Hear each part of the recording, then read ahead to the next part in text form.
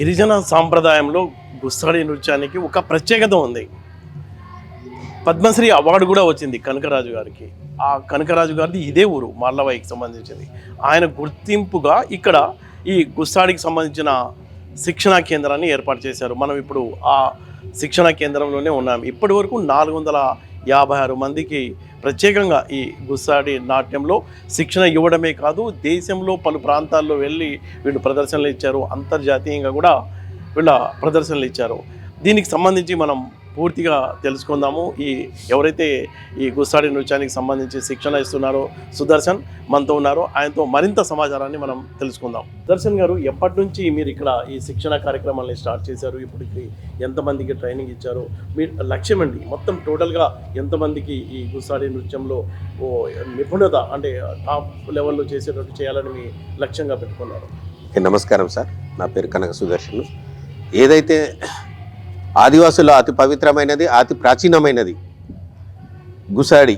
అంటే మీరు పేరు కనక సుదర్శన్ అన్నారు కదా, కనుక ఈ పద్మశ్రీ అవార్డు ఎవరికైతే వచ్చిందో కనకరాజు, ఇంకేమన్నా బంధువు అవుతారా?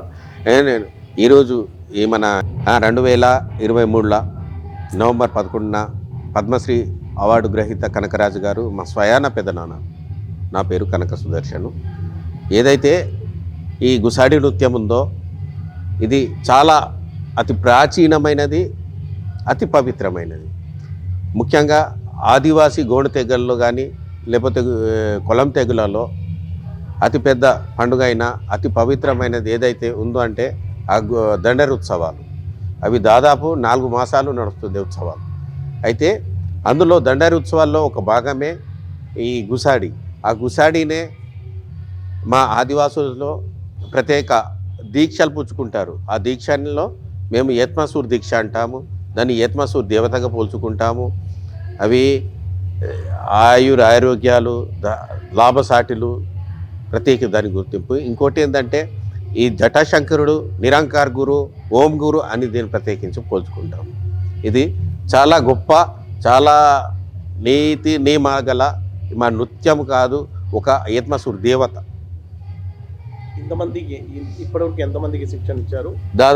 దాదాపు 2023 పద్మశ్రీ అవార్డు తీసుకున్న తర్వాత ఎప్పుడైతే రాష్ట్ర ప్రభుత్వం కానివ్వండి, కేంద్ర ప్రభుత్వము, రాష్ట్ర ప్రభుత్వము ఎప్పుడైతే మా నాన్నగారికి, మా పద్మశ్రీ పెద్దనాన్నగారికి ₹1 కేటాయించిందో అప్పుడు అందులో ఆ ₹1 20 లక్షలకు షెడ్ కట్టిన తర్వాత మేము కూడా అనుకున్నాం, వాస్తవానికి మేమే కాదు దాదాపు ఎంతో కొంత అవుతే అంతమందికి మనం శిక్షణ ఇద్దాము అని ఆ సమయంలో మేము చాలా వరకు చాలా ఊళ్ళలో పోయి ఏంటంటే ఇప్పుడు అంతరించిపోతున్న కళ, వాస్తవానికి ఈ మొబైల్స్ రావడం వల్ల ఒక పక్క టీవీలు, మన ఈ ఇంటర్నెట్ నెట్వర్క్లో మన వాళ్ళంతా ఆకర్షితులై ఉన్న మా సంస్కృతి కళను మర్చిపోతున్నారు. కాబట్టి దాన్ని మనం కాస్త కూస్తో మనం ట్రైనింగ్ ఇచ్చి భావితరాలకు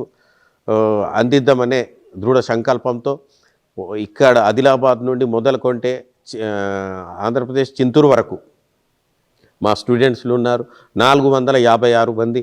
అయితే ఈ పద్మశ్రీ కనకరాజు గుసాడి నృత్య అకాడమీలో వాస్తవానికి ఇది గుసాడే కాదు, సోల డెంసా, గట్రా వాజంగని డెంసా, మళ్ళీ ఇంకోటి ఏంటంటే ఈ గోండులో కోయ తెగకు సంబంధించిన కొమ్ము డ్యాన్స్ ఉంటుంది, అది మళ్ళీ ఇంకా గేర్వా, దండరి చచోయ్, ఇవన్నీ ఆదివాసులలో ఎన్నైతే మా నృత్యాలు, ప్రత్యేక నృత్యాలు ఉన్నాయో వాటన్నిటికీ శిక్షణ ఇస్తూ దాదాపు చాలా జాతీయ స్థాయిలలో, అంతర్జాతీయ స్థాయిలో, రాష్ట్ర స్థాయి వేదికలలో పాల్గొనడం జరిగింది. రీసెంట్లీ 2025 ఫిలిం ఫెస్టివల్స్, గోవాలో జరిగిన ఫిలిం ఫెస్టివల్స్లో కూడా మాకు అవకాశం వచ్చింది, అక్కడ చేశాము. మళ్ళీ ఇంకోటి ఏంటంటే చెన్నైలో చేశాము. మొన్న పేసా మహోత్సవ్ అని వైజాగ్లో జరిగింది, వైజాగ్లో చేశాము. ఇంకోటి మా కెవాడియాలో ఏక్తా ఏక్ శ్రేష్ఠ ఏక్ భారత్ అని అక్కడ ప్రోగ్రాం జరిగితే అక్కడ చేశాము. చాలా వరకు జాతీయ స్థాయి, అంతర్జాతీయ స్థాయి, రాష్ట్ర స్థాయిలో వేదికల్లో చేస్తున్నారు మా పిల్లలు. ఎట్ ద సేమ్ టైం ఒకేసారి దాదాపు 4-5 టీములు కూట్టుకుని ఎక్కడి వెళ్ళి అక్కడ వెళ్ళి ప్రదర్శనలు చేసి వస్తున్నారు. హైమన్ రాఫ్ వర్ధంతి సందర్భంగా పిల్లలు అంటే గిరిజన పిల్లలు ఇక్కడ ఈ శిక్షణ కేంద్రంలో నేర్చుకున్న నృత్యాలు ఎలా చేస్తున్నారో ఒకసారి చూద్దామా మరి మనం.